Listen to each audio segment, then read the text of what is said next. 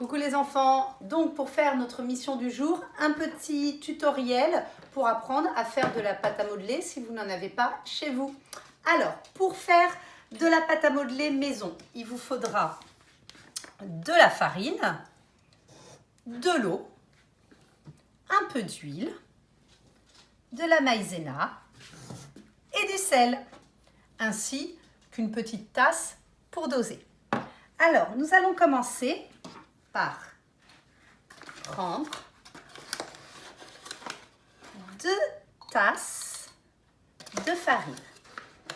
Alors, écoutez bien les enfants, hein, parce que c'est vous qui devrez ensuite réexpliquer la recette à papa ou maman. Tac.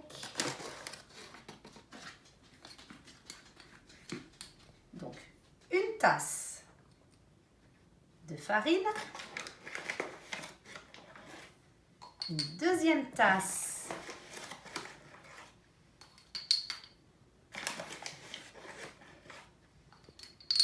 de farine,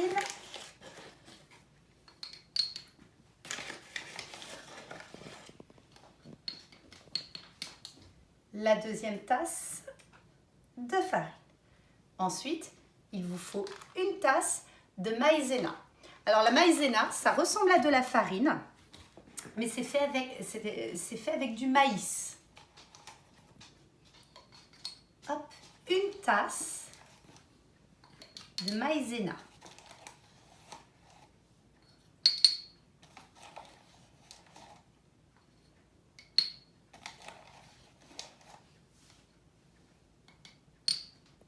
Une tasse de maïzena. Je verse. Déjà, je peux mélanger la farine et la maïzena ensemble. Voilà.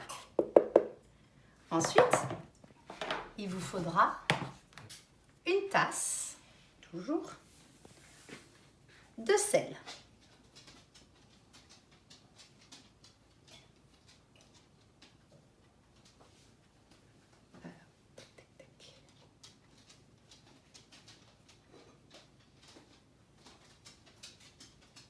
Donc effectivement, il faut avoir quand même un peu de réserve de sel chez soi.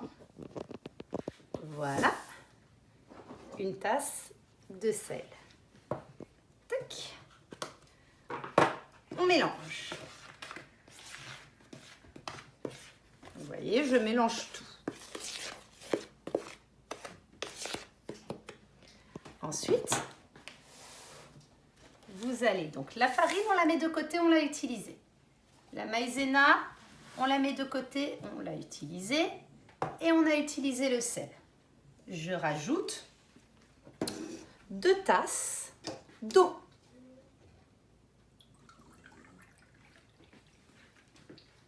Une.